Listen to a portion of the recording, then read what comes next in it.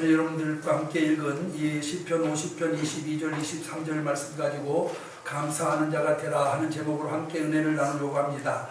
우리가 여러분 구약 성경에 보면은 하나님께서는 온 이스라엘 백성들에게 때마다 절기를 지키도록 명령하신 말씀이 나옵니다. 특별히 모든 이스라엘 백성들로 하여금 1년에 3차례 6월절과 7.7절 초막절에 마치 온 이스라엘 백성들이 다 성전에 올라와 하나님께 절기를 지키도록 그렇게 명령하고 있는 것을 보게 됩니다. 이 여러분 하나님께서 이스라엘 백성들에게 지키도록 명한 절기를 보면은 그 의미가 여러분 또한 의미가 대단히 중요한데, 여러분 이 모든 절기의 의미는 한마디로 말해서 하나님께 감사하라고 하는 것입니다. 여러분 430년 동안 종살이하던 애굽에서 해방된 날을 기념하여 지키는 6월절과 또 하나님은 광야 40년 동안 지내면서 그들에게 필요한 모든 것을 허락하신 하나님께 감사하는 초막절, 그리고 또한 젖과 꿀이 흐르는 가나안 땅에 들어가서 농사하여 첫 열매를 거두어드리는 초실절, 맥추절, 그런 모두가 다 하나님께서 내려주신 은혜에 대해서 감사하는 절기임을 우리가 알 수 있습니다. 그래서 여러분 이 말씀대로라고 한다면 우리 성도들은 여러분 하루하루 늘 하나님께 감사하며 살아야 되고, 또 여러분 1년 내내 하나님께 감사하는 삶을 살아야 됩니다.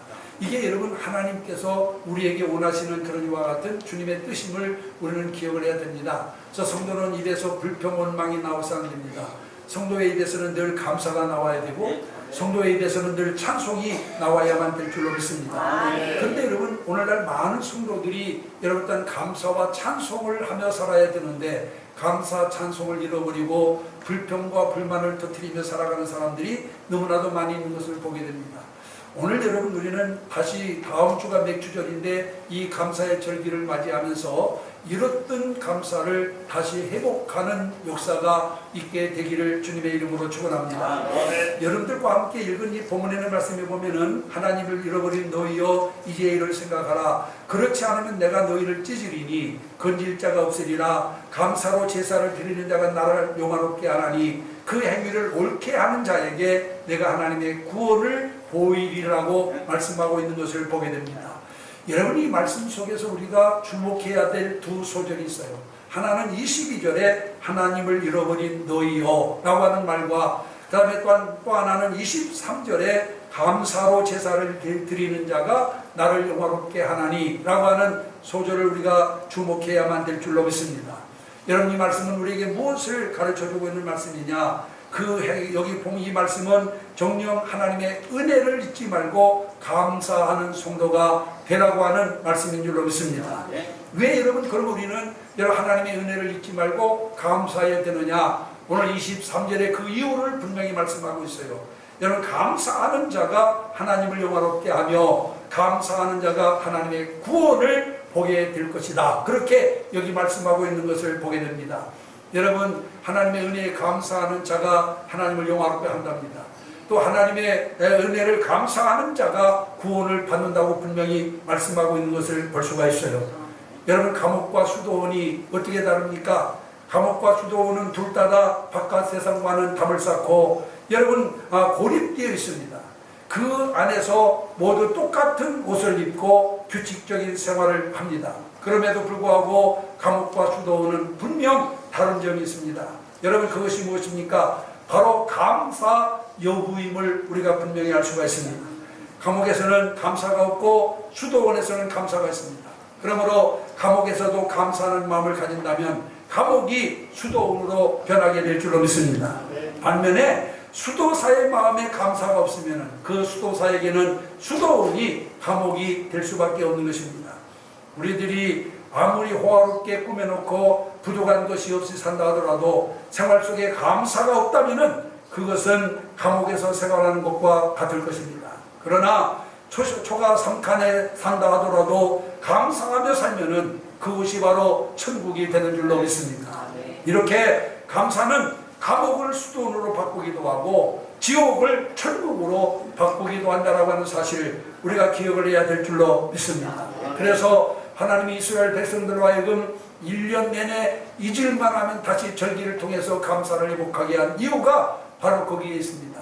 이제 오늘 우리 성도들도 여러분 하나님께서 내게 베푸신 은혜를 잊지 않고 기억함으로써 늘 감사가 넘침으로 여러분 지옥을 아였단 또한 천국으로 그리고 감옥을 수도로 바꿔 살아가는 여러분들이 되시기를 주님의 이름으로 축원합니다. 여러분 감사 여부에 따라서 어떤 사람은 지옥 같은 환경도 천국같이 살아가는 사람이 있는가 하면은 천국 같은 환경도 지옥같이 살아가는 사람이 있습니다.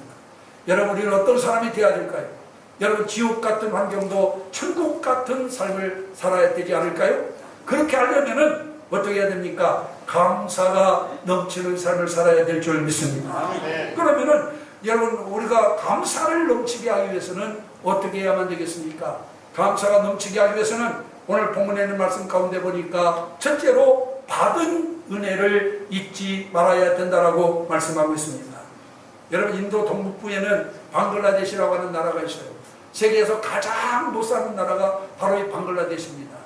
이 나라의 인구는 대략 1억 3천 명이나 되는데 이 나라 사람들은 대부분 모슬렘을 신봉하는 그런 이와 같은 모슬렘 신자들입니다. 그런데 이 나라에 특이한 것이 하나 있어요. 이 나라 말에는 감사라고 하는 말이 없습니다.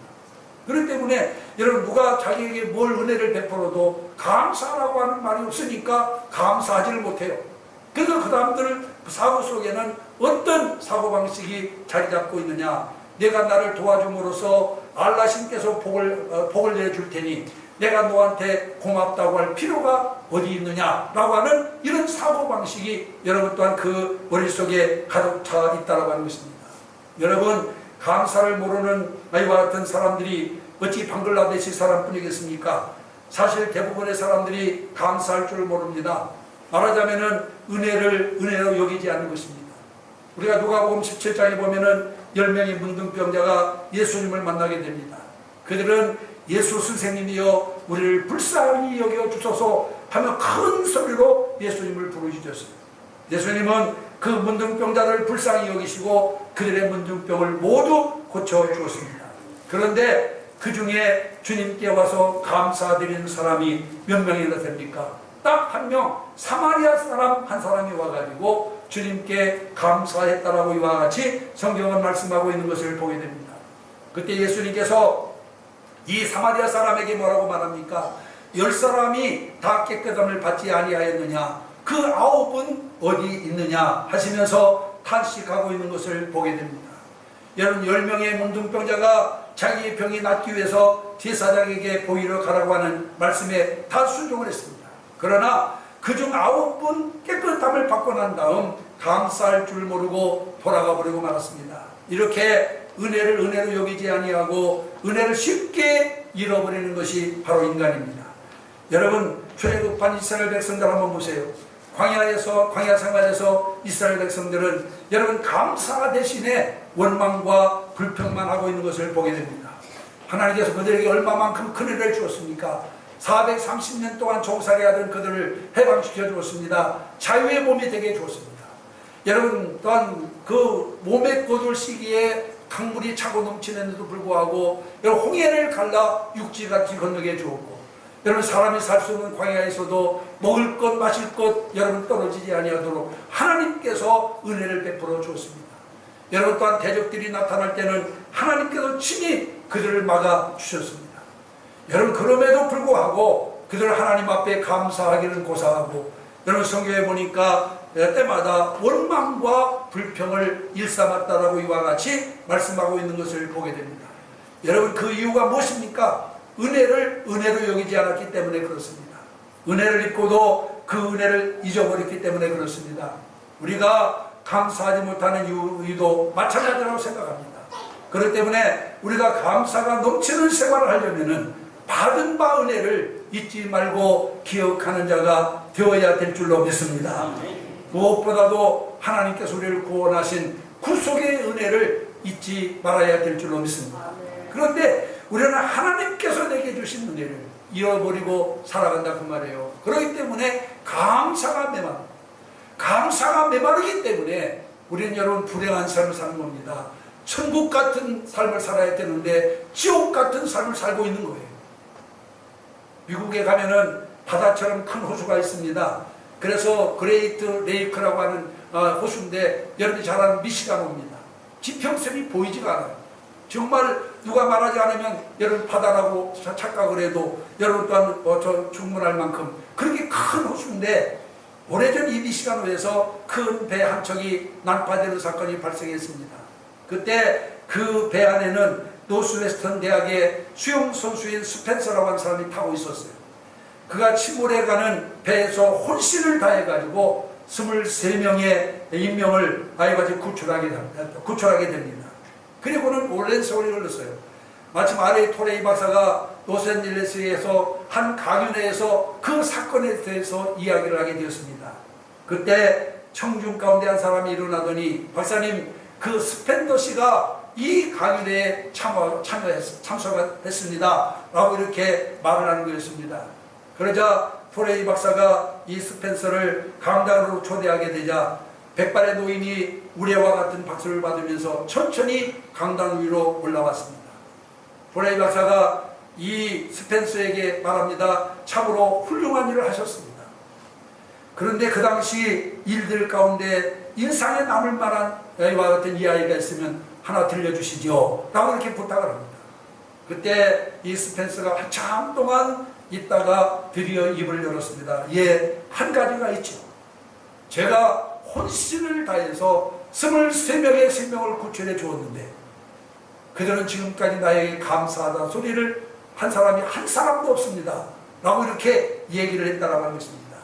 여러분, 이 이야기는 우리 인간이 얼마나 감사할 줄 모르는지를 단면으로 보여주고 있는 이야기라고 할 수가 있습니다. 우리는 하나님께 구원의 은혜 말고도 수없이 많은 은혜를 입고 살아갑니다.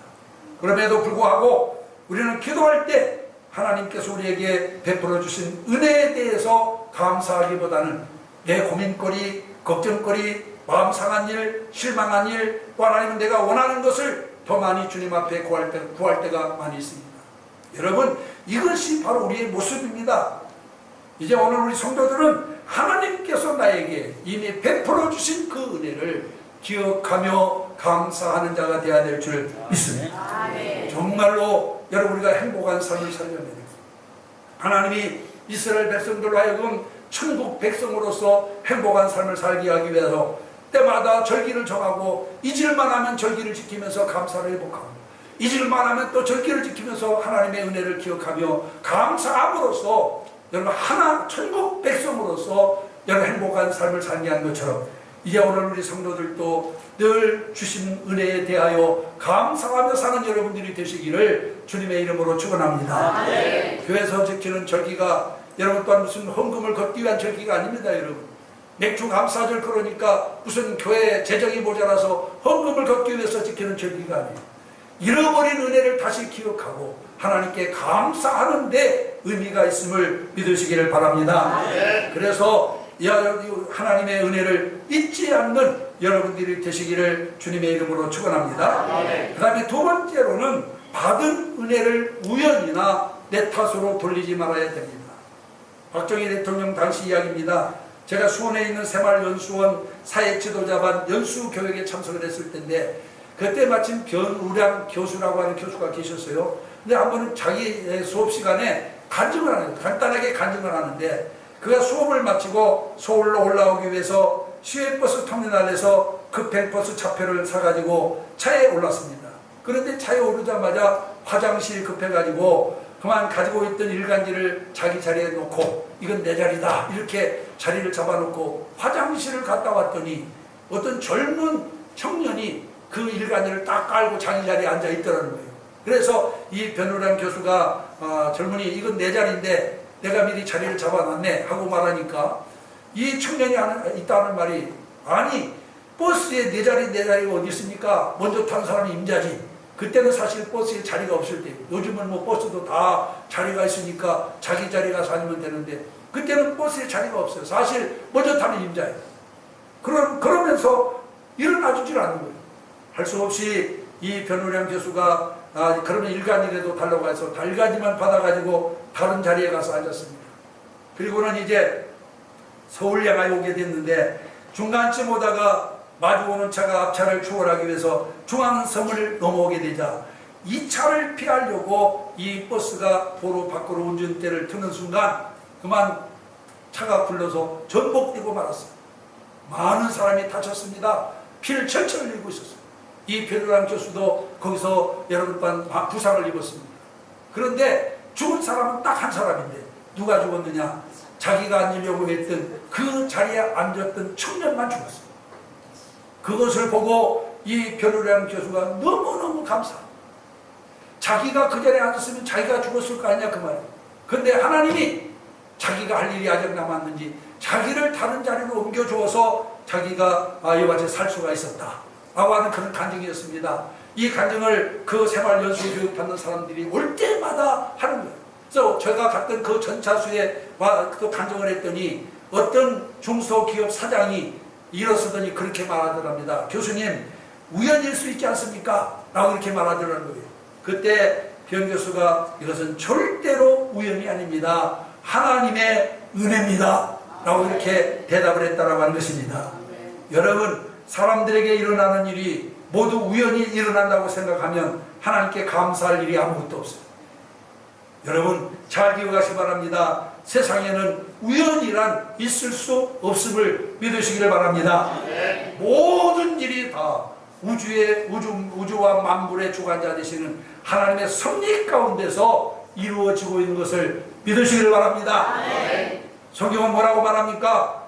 여러분, 우리가 마태복음 10장 29절에 보니까 참새 2마리가 한 아사리온에 팔리는 것이 아니냐. 그러나 너희 아버지께서 허락지 아니하시면 그 하나라도 땅에 떨어지지 아니하리라. 할렐루야. 여러분, 하나님이 허락하지 않으면 참새 한 마리도 죽지 않는다고 하는 말이에요. 그렇습니다. 모든 것이 하나님의 섭리 가운데 이루어지는 것임을 믿으시기 바랍니다. 그러므로 여러분이 은혜를 입을 때 우연이라고 생각하지 마시기를 바랍니다. 물론 성경에는 우연이라고 하는 말이 나옵니다. 그러나 여기 성경에 나오는 우연은 인간의 입장에서 우연한 것이지 하나님께서 허락하지 않은 일이 일어났다라고 하는 말이 아니라고 하는 사실을 기억하시기를 바랍니다. 룻기서 2장 3절에 보면은 룻이 이삭을 주우려고 밭에 나갔는데 우연히 보아스의 밭에 이르렀다라고 이렇게 말하고 있습니다. 그러나 여러분, 이 우연은 사람의 입장에서 볼 때 우연이지 하나님의 섭리 가운데 일어난 일이라고 하는 것을 룻기서는 분명히 말씀하고 있는 것을 기억하시기 바랍니다. 사랑하는 성도 여러분, 세상에서 일어나는 크고 작은 일 중 우연이라고 하는 것은 없습니다. 우리가 어떤 축복을 받았다면 거기에는 하나님의 은혜가 임한 것임을 믿으시길 바랍니다. 설령 내가 노력하여 얻은 것일지라도 그것은 하나님의 은혜의 결과라고 하는 사실을 기억하시기를 바랍니다. 그러므로 은혜 받은 것을 우연한 것으로 여기지 마시기 바랍니다. 은혜 받은 것을 우연으로 생각하면 감사할 게 하나도 없군요. 하나님께서 주신 것으로 알고 주님께 감사하는 여러분들이 되시기를 바랍니다. 뿐만 아니라 하나님께로부터 받은 은혜를 자기 탓으로 돌려서도 안 됩니다. 어떤 곳에 무엇이든지 희귀한 것만을 갖고 싶어하는 임금이 있었어요. 거기다가 그는 대단한 미식가였습니다. 어느 날 임금은 맛이 기가 막히게 좋은 요리를 먹고 난 다음에 너무나 감탄을 합니다. 지금껏 내가 먹어본 요리 중에서 이렇게 맛있는 음식을 내가 처음 먹어보았다라고 말하면서 이렇게 훌륭한 요리를 한 요리사가 누구냐, 그 요리사에게 내가 큰 상을 내려야 되겠다 그러면서 요리사를 불러오라고 말합니다. 요리사가 영문도 모르는 요리사가 임금 앞에 불려 나왔습니다.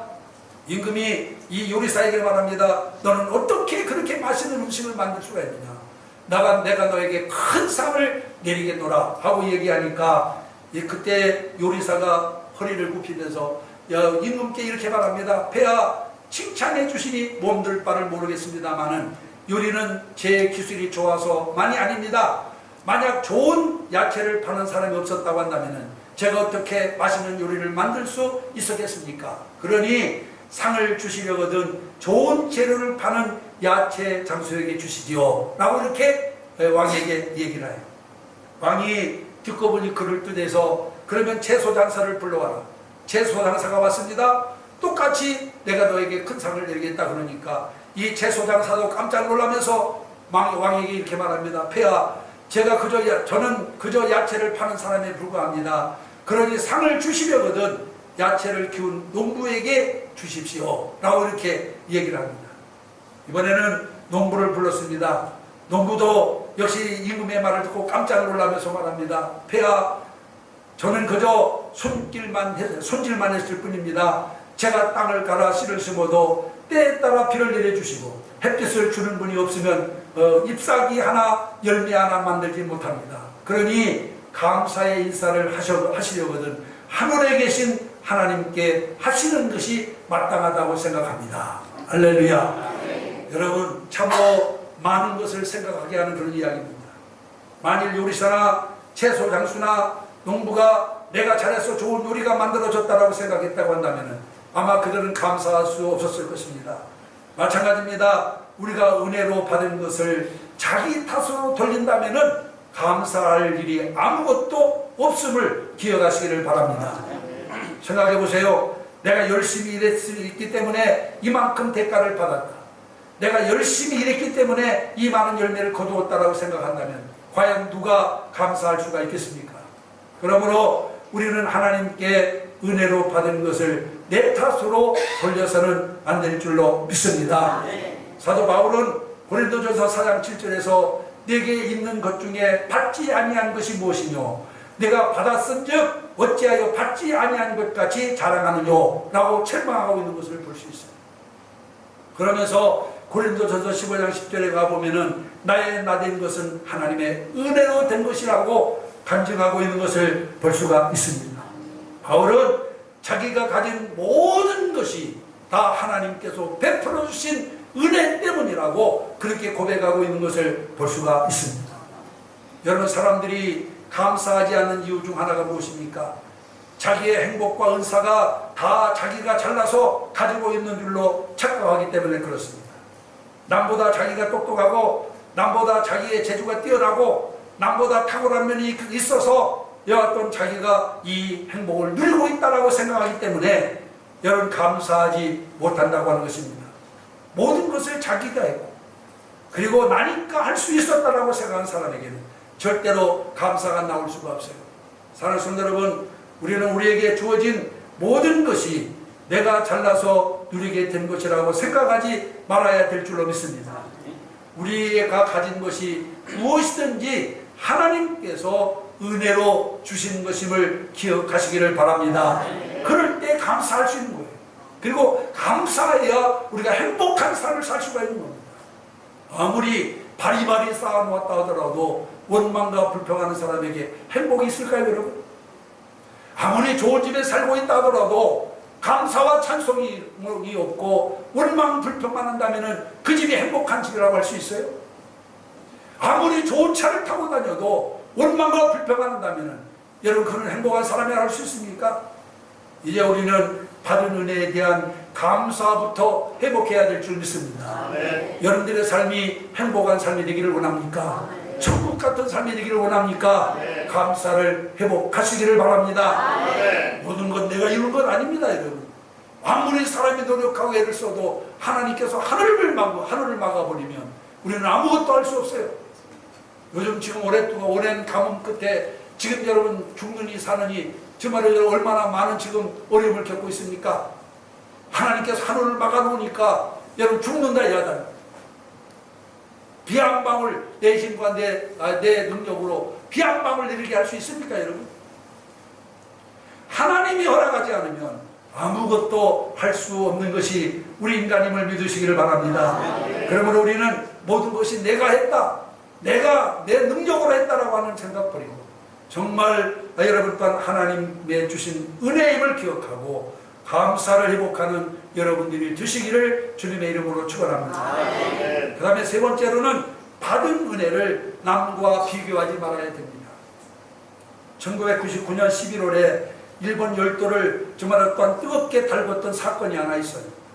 동경 도시민 bun곡구의 한 유치원 앞에서 엄마와 함께 수업을 마치고 나오는 오빠를 기다리고 있던 하루나라고 하는 2살대기 아이가 갑자기 사라졌어요. 눈 깜짝할 사이에 사라졌어요. 그의 집이 부자였기 때문에 이는 필시 몸값을 요구하기 위해서 육의 사건일 것이다 생각했습니다만, 그러나 이상하게도 몸값을 요구하는 협박전화가 걸려오질 않았습니다. 언론은 이 사건을 매일 대서특필하며 국민의 관심을 환기시켰습니다. 그런데 사건이 일어난 지 3일 만에 양심의 가책을 느낀 범인이 자수를 해왔습니다. 그러나 범인은 아이를 이미 목 졸라 숨지게 한 다음에 자기 고향집으로 내려가서 뒷마당에 그를 묻고 난 다음이었어요. 그런데 놀라운 것은 그 범인은 하루나의 이웃집에 살고 있는 사람으로서 하루나 가족과는 가족처럼 지내는 사람이었다고 합니다. 그런데 그런 그가 왜 그런 끔찍한 살인 행위를 저질렀느냐? 그 이유가 기가 막힙니다. 하루나의 오빠와 동갑인 아들이 하나 있었는데 그해 10월 달에 유명한 사립초등학교에 하루나의 오빠는 합격을 했는데 자기 아들은 실격을 했어요. 또 11월 달에는 유명한 유치원에 하루나는 붙었는데 자기 딸은 탈락이 됐어요. 여기에 그만 질투심과 패배감에 사로잡힌 그 사람이 이 끔찍한 사건을 저지르게 되었다고 하는 것입니다. 여러분, 아직 완전히 사라진 것은 아니지만 우리 사회에서 절대적인 빈곤은 많이 사라졌습니다. 그러나 많은 사람들이 상대적 빈곤감에 허덕이고 있습니다. 다른 사람이 나보다 더 많이 가지고 다른 사람이 나보다 더 잘 된다고 생각하기 때문에 자기가 받은 것에 대한 감사를 잃어버리고 삽니다. 마태복음 20장 1절부터 16절에 보면은 다른 사람과 비교하기 때문에 자기에게 주신 은혜를 감사하지 못한 사람에 대한 이야기가 나옵니다. 포도원 주인이 포도원에서 일할 일꾼을 쓰기 위해서 하루는 일찍 나가가지고 한 데나리온의 값을 약속하고 아침 일찍부터 한 사람을 데리고 옵니다. 그리고 또 제3시에 가서 또 한 사람 데려오고 제6시에 가서 또 한 사람 데려오고 제9시에 가서 또 한 사람을 데려오고 그리고 이제 해가 넘어가기 1시간 전인 제11시에 가서 또 한 사람을 데려왔습니다. 이제는 해가 저물어 주인이 일하는 사람들에게 품삯을 주는 시간이었습니다. 주인은 맨 나중에 온 사람에게 한 데나리온의 품삯을 줬습니다. 그러니까 아침 일찍부터 온 사람이 가슴이 떨리기 시작합니다. 야, 1시간 전에 사람이 한 데나리온 받으면 나는 10데나리온을 받겠다 이렇게 생각하라고 기대를 하고 있었는데 아예 자기에게도 한 데나리온밖에 안 주는 거예요. 그러니까 이 사람이 그것 때문에 시험 들고 그리고 또한 그것 때문에 불평하게 됐습니다. 여러분, 자기가 원래 주인과 약속한 것은 한 데나리온. 그러면 자기에게 약속된 데나리온 받았으면 그것으로 족하게 생각해야 되는데 자기가 받은 것과 남이 받은 것을 비교해 봐가지고 그것 때문에 시험 들고 그것 때문에 불평하고 있습니다. 오늘날 많은 사람들이 각자 하나님께서 자기에게 주신 은혜에 감사해야 되는데 다른 사람과 비교하면서 불평만 하고 시험에 드는 경우가 얼마나 많은지 모릅니다. 내 남편이 다른 사람 남편과 같지 못하고 내 아내가 다른 사람 아내만 맞지 못하며 내 자식들이 다른 아이들만큼 공부를 하지 못하고 내 아이들이 다른 아이처럼 또한 직장을 척척 들어붙지 못한다고 해서 시험 들거나 원망하고 있지 않습니까, 여러분? 이제 오늘 우리는 내게 주신 은혜에 감사하며 사는 자가 되어야 될 줄 믿습니다. 여러분, 우리는 처음 은혜를 받았을 때 감사하지만 그 다음부터는 다른 사람이 받은 은혜와 자기가 받은 은혜를 비교하기 시작합니다. 그러나 하나님의 은혜는 누구에게나 족한 것입니다. 더 큰 은혜를 구하는 바울에게 하나님께서 뭐라고 말씀하셨어요? 여러분, 또한 성경에 있는 말씀해 보니까 다 같이 한번 따라하세요. 내 은혜가 내게 족하도다. 여러분, 사도 바울이 뭘 구합니까? 여러분, 사도 바울은 은혜는 많이 받았지만 몸이 약했어요. 육체에 가시가 있어서 그 가시를 내서 너무너무 고통스러우니까 하나님 앞에 이 가시를 제어달라고 기도했어요. 그랬더니 하나님이 주신 응답입니다. 내 은혜가 내게 족하도다. 여러분, 하나님은 모든 사람에게 족한 은혜를 주셨다라고 하는 것을 믿으시기 바랍니다. 그래서 그 은혜를 감사하면 더 큰 은혜 주시는 거예요. 그런데 더 그 은혜를 감사하지 못하고 그것 때문에 시험 들고 그것 때문에 원망하고 그것 때문에 불평하기 때문에 여러분, 하나님께 받은 은혜마저도 잃어버리게 된다라고 하는 것을 기억하시기를 바랍니다. 사랑하는 성도 여러분,